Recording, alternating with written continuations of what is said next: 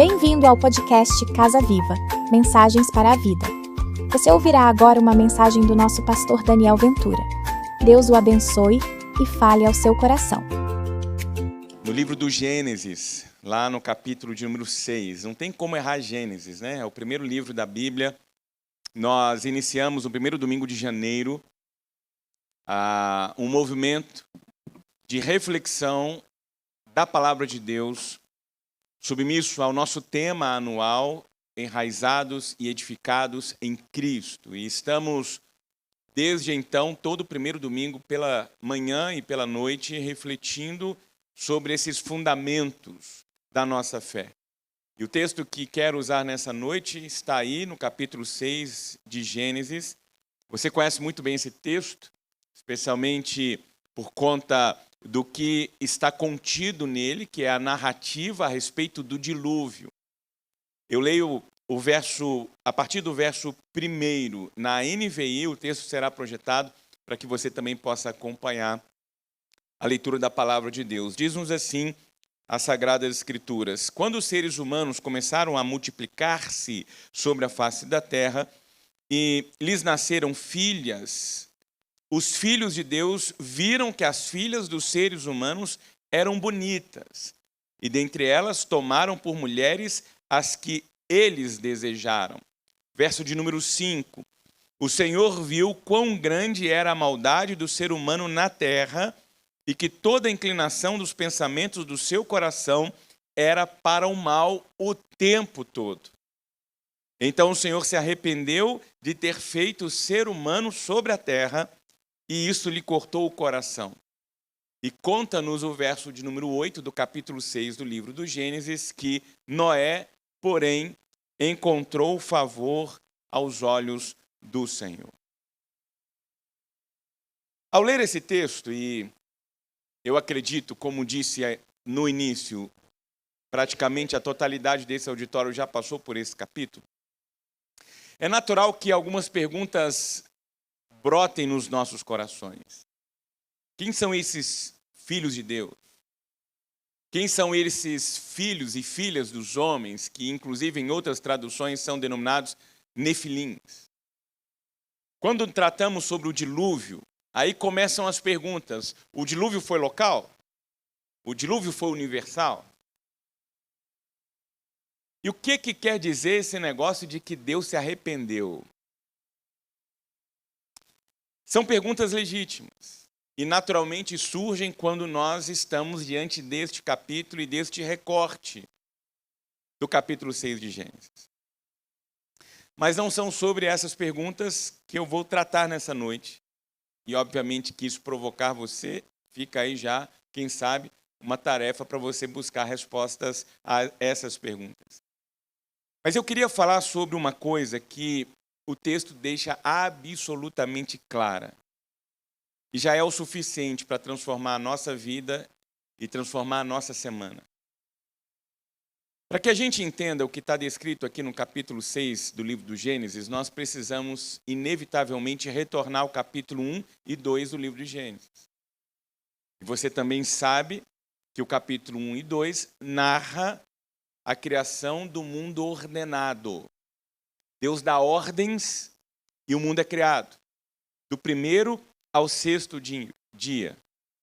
O Éden nada mais é do que um mundo exatamente como Deus desejava. Com vocação, com beleza, com limite, com comunhão. Nós tratamos já a respeito das características desse ambiente que Deus nos coloca como obra-prima da sua criação. E ao nos colocar ali, ao mesmo tempo, entrega na nossa mão como humanidade uma tarefa: cuidar, cultivar, guardar aquilo que o próprio Deus havia criado com o poder da sua palavra.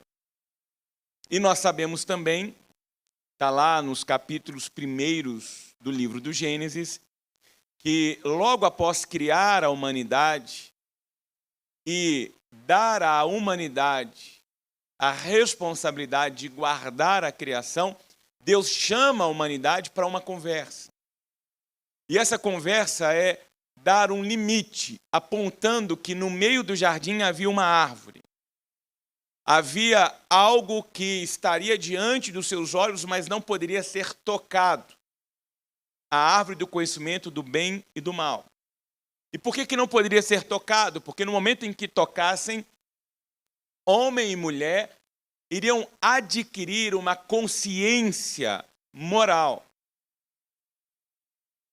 Era, ao tocar, mais ou menos, o ser humano olhar para Deus e dizer o seguinte: olha, o Senhor criou todas as coisas, o Senhor diz exatamente como as coisas funcionam, mas agora, na prerrogativa que temos de usar a liberdade que ganhamos, nós decidimos tocar para adquirir por conta própria a decisão daquilo que é certo e que é errado para nós. Isso, em outras palavras, significava exatamente tocar a árvore do conhecimento do bem e do mal. Mas Deus havia dito: não façam isso, porque no dia em que assim fizerem, vocês morrerão. E Deus não fala isso simplesmente com o propósito de punir por punir. O que o Senhor estava dizendo é que a criação, ela revela o caráter de Deus. E dar à criação um destino diferente daquele destino que Deus havia predito e determinado para a própria criação era fazer com que a criação entrasse em colapso. E foi o que aconteceu. E aqui existe uma diferença que precisamos resgatar entre o mundo natural e o mundo social. Porque às vezes temos a tendência de misturar as coisas. No mundo natural, há leis que regem a naturalidade da existência, que são leis indiscutíveis, inquestionáveis. Ninguém se reúne como humanidade numa concentração para estabelecer ali um plebiscito e então tomarem uma decisão para que, por exemplo, a partir de amanhã, a gravidade ela sofra uma mutação na sua regra natural. Você pode juntar, você pode definir, e depois da assembleia, mesmo com a definição lavrada em cartório, se você pegar qualquer objeto e soltar, esse objeto não vai subir, não vai ficar parado, ele vai cair. Porque essa é uma regra, essa é uma lei, que independe da decisão, da opinião de quem quer que seja. O problema é que isso é para o mundo natural. É que no mundo social, a gente tenta fazer exatamente a mesma coisa. A gente diz assim: olha, isso é certo para mim. Se é errado para você, eu já não sei e eu não estou nem aí para isso. Cada cabeça uma sentença. E aí nós vamos para a nossa sociabilização dizendo isso. Vivendo dessa forma. Eu vivo conforme o meu nariz decidir e eu vou me direcionar para onde ele apontar. Ema, cada um com o seu problema. Isso parece liberdade. Eu vou repetir. Posturas e atitudes como essa parecem liberdade. Mas a Bíblia dá um outro nome para isso. E sabe qual é o nome que a Bíblia dá para esse tipo de postura? Morte. Morte. Quando o bem deixa de ser aquilo que Deus determinou para ser bem, e o bem passa a ser aquilo que eu quero, que eu acredito, eu começo a descer, desculpa a redundância, ladeira abaixo. Por que eu estou dizendo isso? Porque o que eu quero nunca é neutro. Os meus desejos não são neutros, a minha vontade não é neutra. Veja o que o profeta Isaías diz lá no capítulo 5, verso 20, texto que vai ser projetado. Ai dos que ao mal chamam bem e ao bem mal.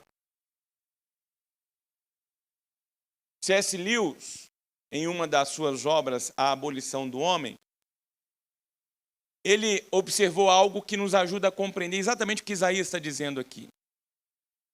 Quando nós abandonamos a ideia de que existem coisas boas e más em si mesmas, o que vai restar é apenas a força do nosso próprio desejo naquele exato momento. Ou seja, sem um padrão fora de nós, o, entre aspas, isso é certo, vai simplesmente significar isso é o que eu quero agora. É o que eu acredito que seja bom para mim. E Lewis, na sua obra, adverte também que quando alguém abandona o padrão moral para, através desse padrão, viver, tocando a sua vida, dirigindo a sua história conforme as suas prerrogativas, sentando numa cadeira da autossuficiência e acreditando que pode aquilo que bem entender, Lewis vai dizer, esse poder dificilmente será usado para o bem comum. E é exatamente esse o diagnóstico que o capítulo 6, verso 5 de Gênesis nos entrega. Toda a inclinação dos pensamentos do seu coração era sempre e somente para o mal. Eu vou fazer destaque nas palavras absolutas que o capítulo 6, verso 5 trazem. Toda a inclinação dos pensamentos, do coração, sempre, somente para o mal.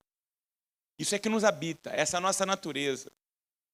Há uma besta fera dentro de cada um de nós que todos os dias pela manhã espreguiça. E se nós não formos controlados pelo Espírito Santo de Deus, se não enraizarmos a nossa existência, a nossa essência em Cristo e formos edificados em Cristo, nós somos capazes das maiores atrocidades. Tiago vai perguntar no capítulo 4, verso 1 e 2, de onde que vêm as guerras e as brigas que há entre vocês? Já pararam para pensar? Tiago diz, não vem das paixões que guerreiam dentro de vocês? Sabe aquela pergunta-resposta? Observa se não vem das paixões que guerreiam dentro de vocês. Porque vocês cobiçam coisas, mas vocês não as têm. Vocês matam e invejam, mas não conseguem obter aquilo que de fato vocês estão desejando. Então perceba o que as Sagradas Escrituras estão dizendo para nós. O caos que a gente contempla do lado de fora do nosso coração, nada mais é do que o caos que está dentro do nosso coração. Esse é o vírus do capítulo 3 do livro de Gênesis. Está aqui uma pandemia. Se você acha que não existia uma pandemia antes do Covid-19, está aqui. E qual que é esse vírus? E qual que é essa pandemia que nos alcança a todos? É o desejo de ser Deus. É esse ego que quer ser um ego absoluto. É esse ego que não abre espaço para os outros. É aquele que é capaz de passar por cima de quem for, por qualquer que seja a razão, que no final tem a ver com o meu bem-estar. O único que pode ocupar esse lugar de ego absoluto, sem destruir ninguém, é Deus. O único capaz de sentar no trono do poder sem ferir ninguém é Deus.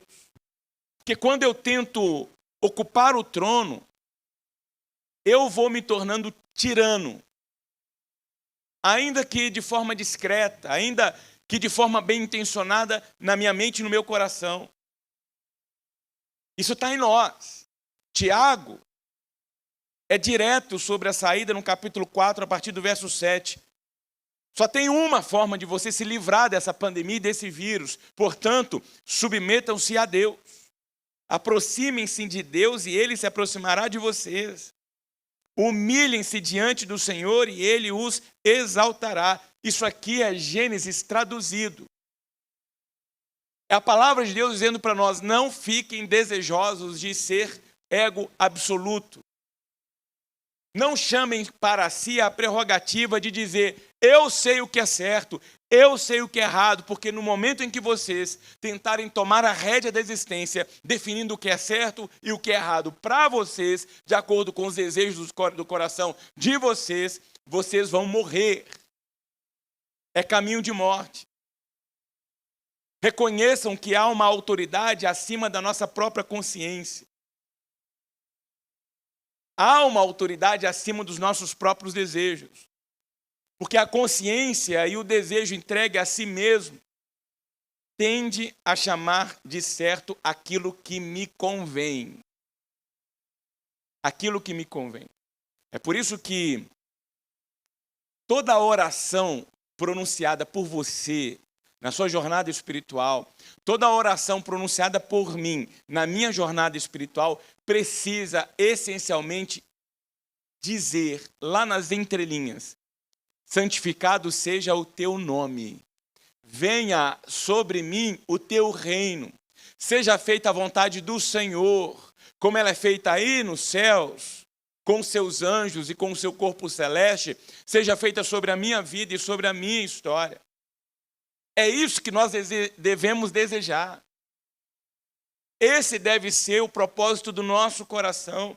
Porque o que acontece no capítulo 3 do livro do Gênesis é a humanidade, em essência, dizer: seja feita a minha vontade, aquilo que eu quero.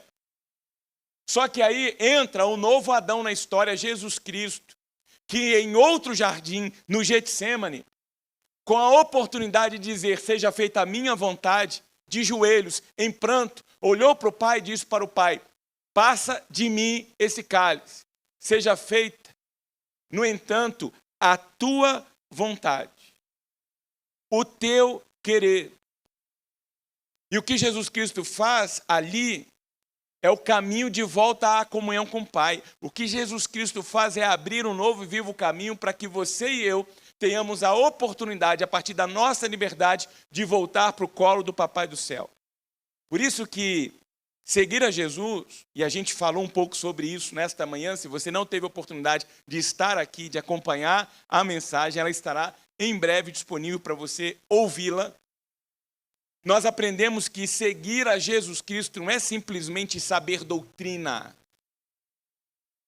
recitar versículo bíblico. Aplicando aquilo que nós aprendemos hoje de manhã a isso que estamos compartilhando nesta noite, seguir a Cristo Jesus é entregar as rédeas da minha vida nas mãos do Senhor, entendendo que Deus tem planos melhores para mim. Você já parou e já perguntou para Deus isso? Senhor, quais são os planos do Senhor para mim? Qual é a vontade do Senhor para mim? Porque lembre-se, você não é fruto do acaso. Você é obra-prima da criação de Deus. Deus fez você e fez você com um propósito. O problema é que tem muita gente trafegando pela vida perdida, sem propósito, sem sentido, apequenando a existência, a breve existência, maculada por desejos de ter, de sobrepor-se sobre os outros. Uma realidade que nos cerca e que tem maculado ainda mais a existência humana. Guerras e mais guerras, injustiças e mais injustiças, desigualdades e mais desigualdades, revelando exatamente esse movimento que nós, desde o Éden, empreendemos. Agora nós precisamos ser o povo da contramão, não regido pelo próprio desejo do coração, mas submissos à boa vontade do Senhor. E isso significa, na prática, dizer que algumas decisões já foram tomadas. E o que eu quero dizer com relação a isso? Que se eu fui alcançado pelo Senhor Jesus, se Deus é de fato Deus da minha vida, da minha história, se a minha jornada é marcada por propósito e por sentido, no momento em que na minha travessia pela existência eu tiver a oportunidade de mentir, já tem algo que está definido, inquestionavelmente. Eu vou falar a verdade, custe o que custar. Se diante de mim há um atalho fraudulento que promete resolver a minha vida, já está decidido, eu vou trafegar pela estrada da integridade, porque eu não sou qualquer um, O que rege o meu coração não é mamon, o que rege o meu coração é o Senhor Jesus Cristo. Quando eu ando pela vida, o meu coração é tomado pelo desejo de ter alguém que eu não posso ter, porque eu já tenho alguém. Então, quando eu estou andando, estou diante do desejo por alguém que não é meu, que não é minha, já está decidido. E qual é a decisão? Eu vou sair na contramão. Eu vou fugir porque eu estou diante do pecado. Eu estou diante da proposta satânica do diabo de tomar a minha alma. Se na minha travessia eu estou diante da proposta de me vingar, já está decidido. Eu vou entregar a justiça nas mãos de Deus, porque o Senhor vê tudo o que acontece comigo. A minha vida não foi entregue ao acaso. Se eu estou diante da tentação de controlar, manipular e usar as pessoas, já está decidido. Eu sigo o caminho de Cristo Jesus. Agora, óbvio que isso que eu estou falando não é fácil, mas é simples. Não é fácil, mas é simples. É simples porque aquele que está dentro de nós é maior do que aquele que está no mundo. E quando eu entrego as rédeas da minha vida nas mãos dele, ele me guia. Ele me sinaliza quantas e quantas foram as vezes que você sentiu o Espírito Santo tocar no seu ombro e falar assim: você tem certeza? É verdade ou não é? Lembra do pica-pau? Pica-pau é da época do Paulinho lá. Aí tinha um pica-pau, do lado do ombro do pica-pau aparecia um anjinho, do outro lado aparecia o diabinho. Isso é teologia pura. E aí ele tinha que decidir em quem ele daria um tapa, se no anjinho ou se no diabinho. Está lá em Gálatas capítulo 5. É a luta da carne contra o espírito. Eu tenho que decidir quem eu vou dar a primazia. É a carne? São os desejos da minha carne? São as minhas vontades próprias, humanas? Se é, eu vou dar um tapa no anjinho. E quem é o anjinho representado no pica-pau? É o Espírito Santo de Deus. Gálatas capítulo 5. A nossa luta, ela não é contra a carne ou sangue. Ela acontece em outro patamar, em outra dimensão. E lá, o apóstolo vai mostrar para nós o fruto da carne e o fruto do Espírito. Lá nas Minas Gerais, conta a história, havia aqueles ringues de briga de galo. E aí chega um mineiro matuto e observa a situação toda, porque era campo de aposta, e vai atrás de alguém que ele percebeu que era um senhor. Quanto tempo que o senhor acompanha essas lutas? Ah, isso aqui desde que eu nasci, meu pai já vinha aqui, meu avô já vinha aqui. Ele falou, pô, esse camarada é esperto. Aí ele pergunta para ele, vem cá, qual que é o galo bom? Ele falou, o galo bom é o galo branco. Ah, ele pegou todo o dinheiro dele, foi lá no guichê e apostou no galo branco. Encerradas as apostas, soltam os galos, o galo preto encurrala o galo branco no canto e começa a dar esporada no galo branco, e começa a dar esporada no galo branco. Não deu 3 minutos, o galo branco caiu. Ele, revoltado, volta lá no camarada experiente e pergunta para ele, senhor, não estou te entendendo. Eu cheguei aqui na maior boa vontade, me aproximei do senhor de forma educada, eu fiz só uma pergunta para o senhor, qual era o galo bom? O senhor disse para mim que o galo bom era o galo branco. Ele falou, mas o galo bom é o galo branco, o galo malvado é o galo preto. Dentro de nós há essa luta entre o bem e o mal. A grande pergunta é quem que eu vou alimentar mais? Quem estará mais bem preparado para essa batalha? O sapiencial autor do livro aos Provérbios, no capítulo 14, verso 12, diz que há caminho que ao homem parece direito. Presta atenção nisso. Há caminho que ao homem parece direito, mas o seu fim são caminhos de morte. Eu conheço algumas pessoas que pagaram uma conta altíssima por percorrer veredas que, na verdade, mais eram atalhos na vida. Não existem atalhos que não tragam sobre as nossas vidas preços altíssimos. quê? Porque há caminho que ao homem parece direito, mas o seu fim são caminhos de morte. Agora, o inverso também é verdade. Há caminhos que parecem perda, e cujo fim, quando percorridos em fidelidade a Deus, em honra ao Evangelho de Cristo Jesus, tem como resultado vida. Vida plena, vida abundante, vida repleta de sentido, repleta de significado. Eu sei, em alguns momentos falar a verdade custa caro. Eu sei disso. De que a integridade, muitas vezes, vai fechar a porta, sim. Por quê? Porque esse mundo jaz no maligno.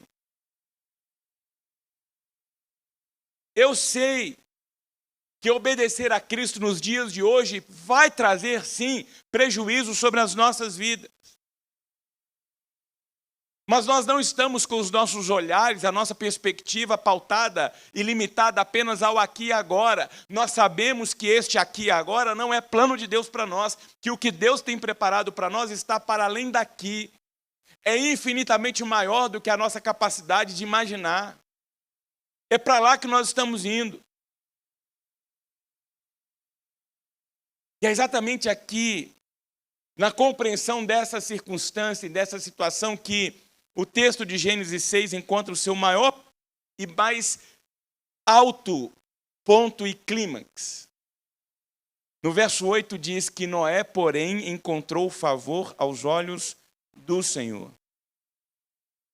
Em meio a uma realidade tomada pelo pecado, o Senhor Jesus, por meio aqui da eternidade, encontra uma geração que havia entregue as suas rédeas nas mãos do Senhor. No meio de uma geração perversa, Deus encontra uma família cujas rédeas foram entregues nas mãos do Senhor.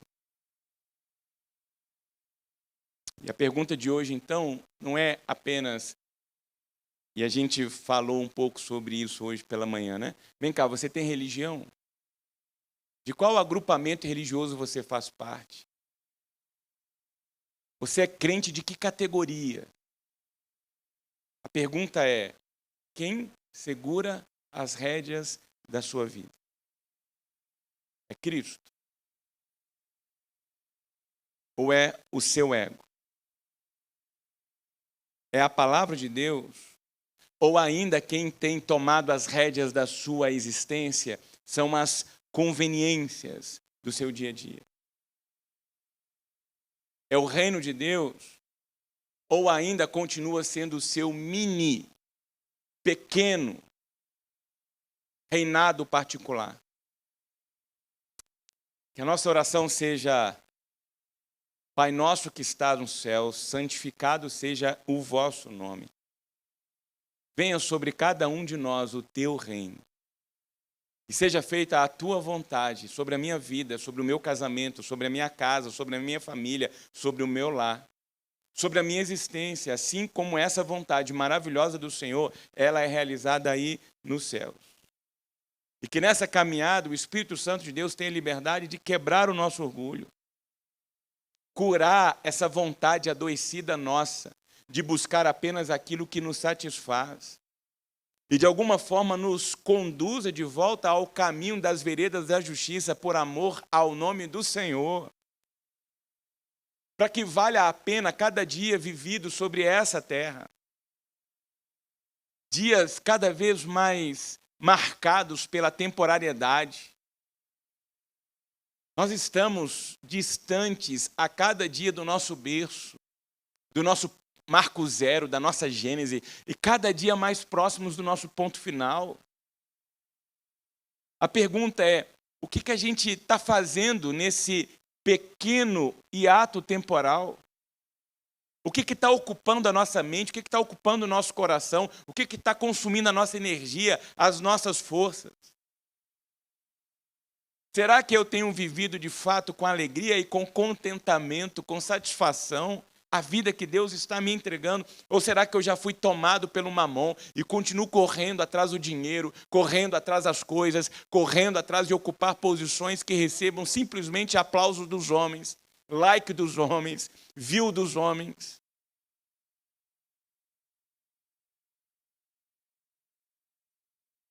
Está enraizado e edificado em Cristo Jesus é se render, é entender que os planos que Deus tem para nós, Jeremias 29:11, são planos extraordinários, marcados por alegria, marcados por paz, marcados por uma prosperidade que não tem a ver com dinheiro, tem a ver com paz no espírito. Eu já disse para vocês, eu conheço pessoas tão pobres, mas tão pobres, tão miseráveis, que a única coisa que essas pessoas têm é dinheiro. Dinheiro. Nós somos pela graça, e essa é a minha oração nessa noite, a turma que entregou as rédeas da vida nas mãos do Senhor. E a minha oração é que Ele te conduza o tempo todo por caminhos de paz, por caminhos de alegria. Que há coisas que é só o Senhor quem pode dar. Há demandas na nossa alma que só o Senhor pode atender. Dostoiévski disse que há dentro de nós um vazio que só Deus pode preencher. E que esse vazio, em nome de Jesus, já tenha sido preenchido. E se não, que aí no seu coração você diga: Senhor, vem. Vem, toma as rédeas da minha vida e conduz a minha história de acordo com a tua boa, a tua perfeita e a tua agradável vontade. Quero convidar a equipe de louvor para assumir aqui à frente. Eu quero orar com você e orar por você. Mas antes de orar, eu quero dar a você a oportunidade de você responder a Deus aquilo que Deus falou com você. E assim como Deus falou comigo, eu acredito que a palavra viva e eficaz do Senhor, de alguma forma, encontrou espaço na sua vida, na sua história, no seu coração. A pergunta é: o que você vai responder àquilo que Deus falou com você? Então, eu quero convidar você a fechar os seus olhos para que você se concentre em Deus nesse momento e olhe para dentro de você e descubra quem tem dominado o seu coração. Se a resposta é outra, senão o Senhor, diga aí: Deus, eu estou tentando. Eu cheguei até aqui tentando conduzir a minha vida e a minha história com as minhas próprias mãos.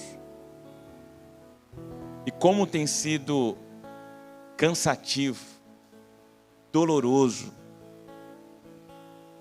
Mas nessa noite eu fui lembrado e lembrada de que existe nos céus a tua boa mão disponível para tomar a rédea da minha existência. E com coragem eu me rendo, com coragem eu me entrego, porque eu creio que o Senhor tem reservado para mim, dentre os propósitos que o Senhor estabeleceu desde a minha criação, ainda lá no ventre da minha mãe, são melhores do que a minha própria vontade. Por isso, com coragem, com fé, confiança, eu me rendo. Eu me rendo. Para que eu seja enraizado, edificado em Jesus. E enraizado, edificado em Jesus, eu contemple a minha vida sendo guiada pela tua boa mão. Eu contemple sobre a minha história o teu bom favor.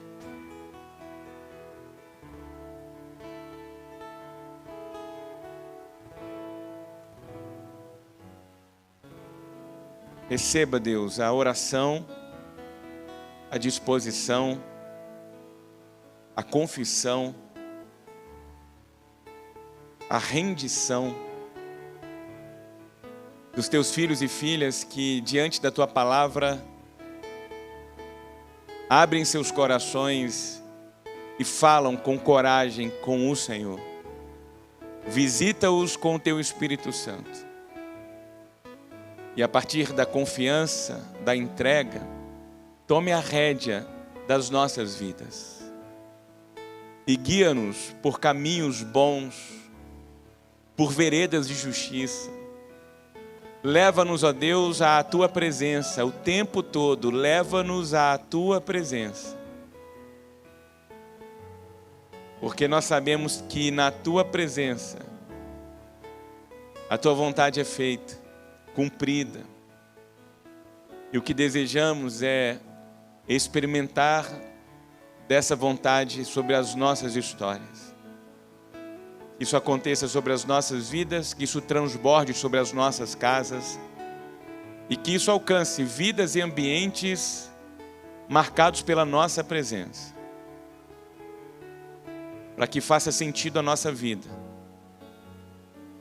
e tenhamos a alegria de colocar os nossos pés ao lado da nossa cama toda manhã e vivermos uma vida que agrade ao teu coração e edifique o nosso coração. É a nossa oração em nome de Jesus. Amém e amém.